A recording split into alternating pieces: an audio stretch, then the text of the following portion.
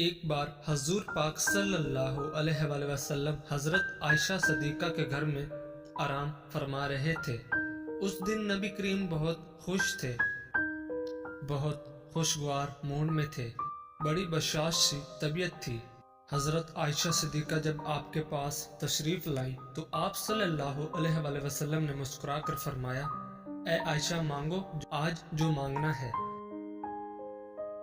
جب حضرت عائشہ صدیقہ نے دیکھا کہ آقا کریم بہت خوش ہیں، آج مانگو تو کیا مانگو، اب آپ سوچ میں پڑ گئی کہ یہ مانگو تو یہ چھوڑتا ہے، یہ مانگو تو یہ چھوڑتا ہے، کچھ ایسا مانگو کہ جس میں سب آ جائے۔ اب اسی سوچ میں گم ہو گئی مگر نتیجہ نہ نکال پائیں، تو پھر انہوں نے کہا کہ یا رسول اللہ، کیا مجھے اس بات کی اجازت ہے کہ میں کسی سے مشورہ کر لوں؟ تو آپ صلی اللہ علیہ وآلہ وسلم نے کہا، عائشہ کس سے مشورہ کرو گی؟ تو آپ نے فرمایا، یا رسول اللہ اپنے والد گرامی سے۔ تو آپ مسکرائے اور فرمایا، اگر آپ میرے یار سے ہی مشورہ کرنا چاہتی ہو تو جاؤ کر لو۔ حضرت عائشہ دوڑتی ہوئی اپنے والد محترم حضرت صدیق اکبر کے پاس آئیں اور کہا، ابا جان آج نبی بہت خوش ہیں اور انہوں نے فرمایا ہے کہ اے عائشہ آج مانگو جو مانگنا ہے، میری سمجھ میں نہیں آتا کہ کیا مانگو۔ حضرت صدیق اکبر بھی بہت خوش ہوئے، فرمانے لگے، بیٹی اگر ایسا ہے تو سنو، اگر تم مجھ سے مشورہ لیتی ہو تو آقا سے یہی ایک چیز مانگ لو۔ پیارے نبی سے کہو کہ جب آپ معراج کی شب رب سے ملے تھے تو جو خاص ملاقات ہوئی تھی تو اس خاص ملاقات میں کچھ خاص باتیں بھی ہوئی تھیں، ان خاص باتوں میں سے کوئی ایک خاص بات ہی بتا دیجئے، وہ راز جو صرف آپ اور رب جانتا ہے۔ تو حضرت عائشہ صدیقہ دوڑتی ہوئی آئیں۔ نبی کریم نے حضرت عائشہ صدیقہ کو آتے دیکھا تو فرمایا، عائشہ پوچھ آئی ہو؟ کیا فرمایا میرے یار غار نے؟ کہنے لگی، جی ہاں پوچھ آئی ہوں یا رسول اللہ، بس وہ جو آپ معراج پر گئے تھے تو اللہ سے جو خاص ملاقات ہوئی تھی، اس خاص ملاقات میں کچھ خاص باتیں بھی ہوئی تھیں، تو ان خاص باتوں میں سے ایک کوئی خاص بات ہی بتا دیں۔ آقا کریم مسکرائے اور فرمایا، میرے یار غار نے پوچھا بھی تو کیا پوچھا؟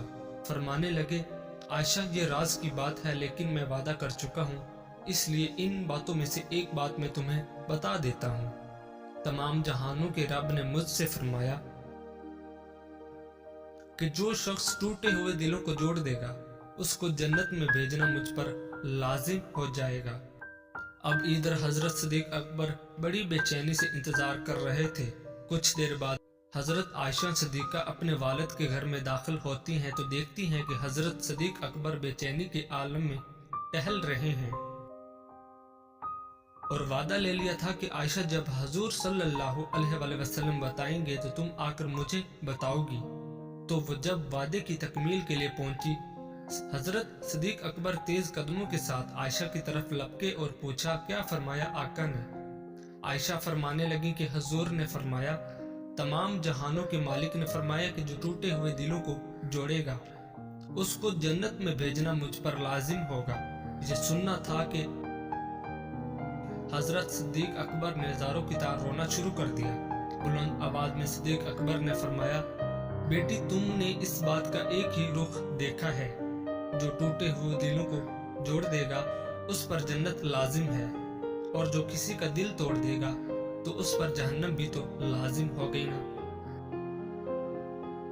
جب آپ کی مشکلات حد سے بڑھنے لگیں تو سمجھ لو کہ اللہ کریم آپ کو کوئی بلند مرتبہ دینے والا ہے۔ جس گھر میں بلی کی رونے کی آواز آئے وہاں رزق کی تنگی آنے لگتی ہے۔ جس آدمی کی زبان خراب ہو جاتی ہے اس کا نصیب بھی خراب ہو جاتا ہے۔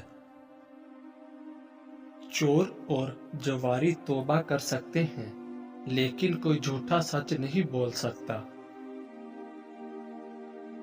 جس دوست کو دوسروں کی عیب جوئی کرتے ہوئے پاؤ اسے اپنے دوستوں کی فہرست سے خارج کر دو۔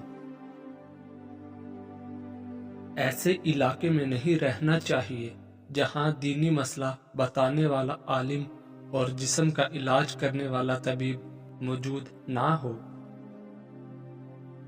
خاموشی دانائی کی علامت ہے، مگر اس پر عمل کرنے والے بہت کم ہیں۔ جب کام زیادہ ہو تو سب سے پہلے اس کام کو ہاتھ میں لو جو سب سے زیادہ اہم ہو۔ انسانوں کو قابو میں رکھنا جانوروں کو قابو میں رکھنے سے کہیں زیادہ مشکل ہے۔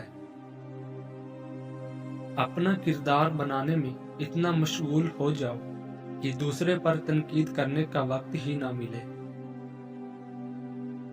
جدوجہد سے ہر مشکل آسان ہوتی ہے اور محنت و مشقت سے ہر بند دروازہ کھل جاتا ہے۔ جو بندہ اپنا وقت رائگاں نہیں کرتا، اس کی خواہشات اس کے قابو میں رہتی ہے، اور جس کی خواہشات قابو میں ہو وہی کامیاب ہوتا ہے۔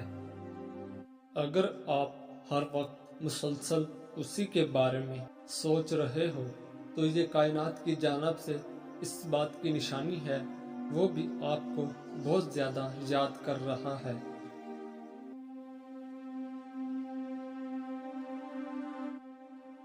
اللہ تعالیٰ کسی کو مایوس نہیں کرتا، اس سے مانگتے رہو، ایک دن یا تو وہ ہمیں عطا کرنے کے بعد پرسکون کر دے گا، ورنہ اس احساس سے بے نیاز کر کے مالا مال کر دے گا۔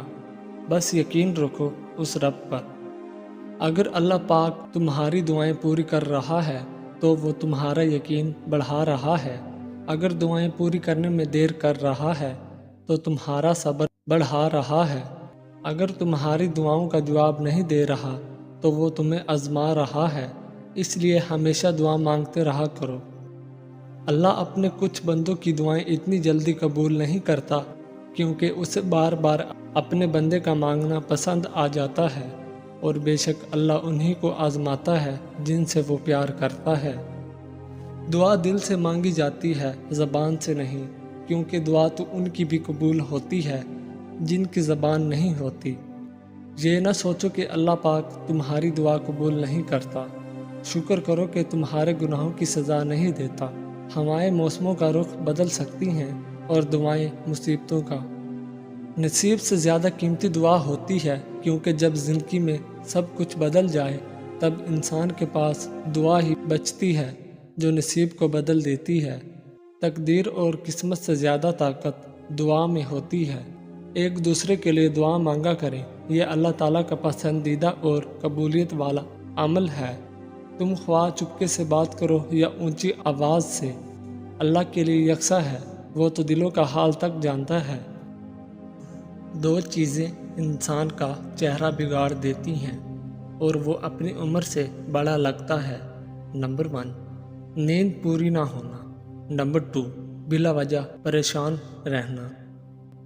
حضرت محمد صلی اللہ علیہ وآلہ وسلم نے ارشاد فرمایا، جو آدمی گھر میں داخل ہوتے وقت 3 باتوں کا اہتمام کرے، یعنی گھر میں داخل ہوتے وقت السلام علیکم ورحمۃ اللہ کہے، خواہ سامنے کوئی موجود ہو یا نہ ہو، اس کے بعد 1 مرتبہ سورۃ اخلاص پڑھے، پھر مجھ پر 1 مرتبہ درود بھیجے، گھر میں رزق دروازے توڑ کر آئے گا۔